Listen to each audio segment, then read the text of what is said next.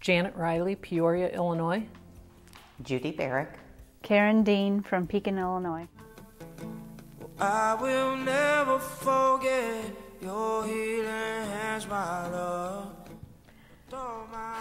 My own September 11th. You gave me daylight, gave me sunlight. Someone that morning told me that I was looking really great. I looked just like a teenager. 3 hours later, I was on the floor.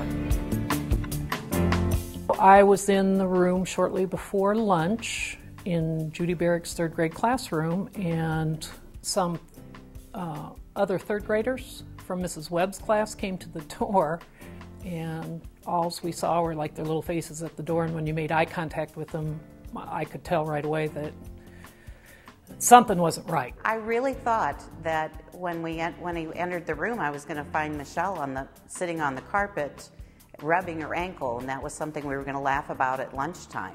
And later on, never in my wildest dreams did I expect to find what I found.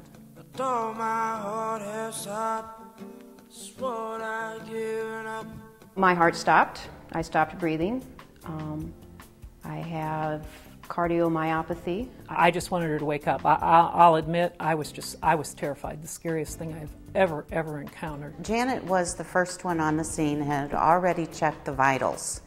So at that point, that was already done, and as soon as I knelt down, just the positions we were in, it made the most sense for me to begin respirations, and Janet just jumped in immediately with the chest compressions. The whole event was so surreal, but the idea of sitting there pumping on her chest while singing, ooh, ooh, ooh, ooh, Michelle, staying alive, it was just so bizarre. We continued that way until Karyn Dean arrived. My mother passed away suddenly from a heart attack. Initially, in my mind, and for the months prior to this episode with Michelle, I had thought that, she had called me down there to help her, and I wasn't successful. And so I was afraid that, I would fail Michelle too, but I didn't, I guess, so that's a good thing. She was dead, and if you don't do anything, she would have remained dead. So doing something is better than doing nothing. It happened at the right place.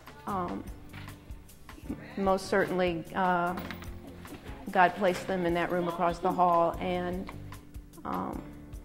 gave them what they needed that day to save my life. I will never forget your healing hands, my love. I was really glad that this at least brought us together and we were able to meet, because I definitely don't like meeting people that aren't conscious and don't look very good. Good job. So we have 2 ways of making 63 cents. Every time I hear her voice across the hall, I still smile. They're my angels. There were angels there. That's all I can say. I can't find the halo. I look all the time.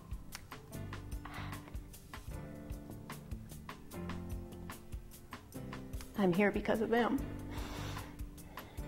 We have Michelle. I got what I wanted out of it. But it is an honor. It is an honor to be considered for this.